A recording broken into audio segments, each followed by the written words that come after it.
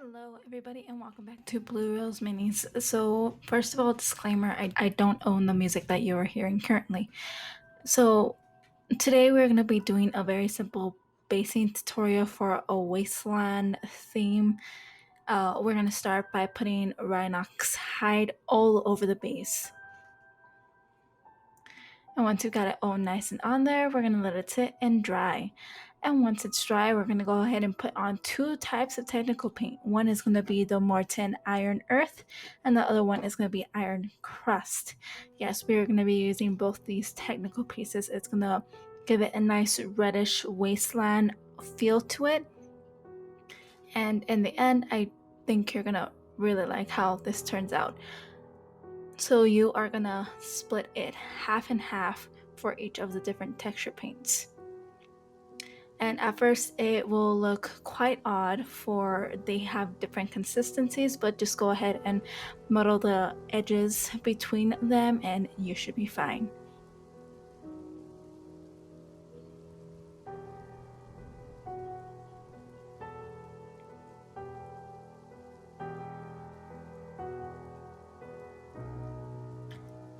Now, the reason why I call this base a really simple one is because it only uses 4 paints per se, 2 actual paints, one being a base, one being a layer, and 2 technical paints. So it uses 4 materials.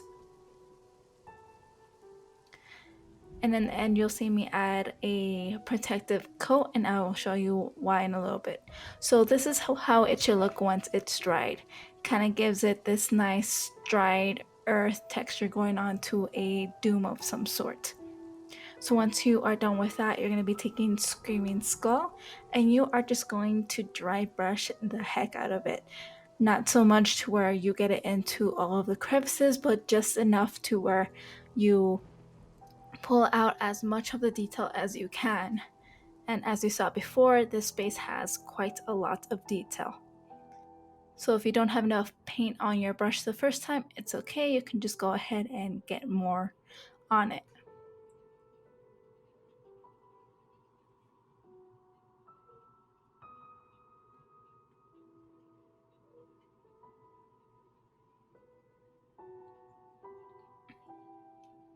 And when you're dry brushing this, even though you are dry brushing it quite a lot, you still want to have a light hand in it.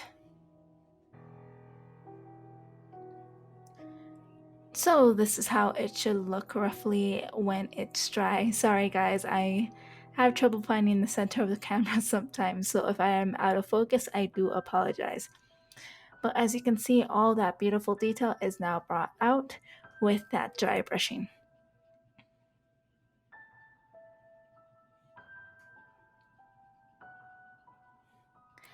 Now, as I said before, this next part is an optional step, so you can go ahead and shut off the video now if you so choose.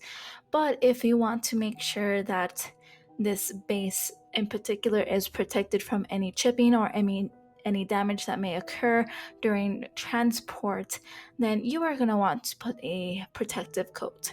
Now, for the coat that I chose is Storm Host, I believe that's the name of it. It's another technical paint by Citadel. It is a matte finish, so it won't add any gloss or anything to it, and it will still make it look rough and desert-like. But this will also help prevent it from any chipping that may occur. Now you're going to want to be very careful. As you see there, it chipped, but it's okay. It chipped in a way to where it could easily be put back, just like a puzzle. And the technical paint itself will act like the glue to hold the pieces together. You just gotta be patient and stick it back on. And voila, it's fixed. Now just go ahead and do this to the rest of these bases that you have created and enjoy playing your game of Warhammer 40k. And I thank you for joining me today on Blue Rose Minis.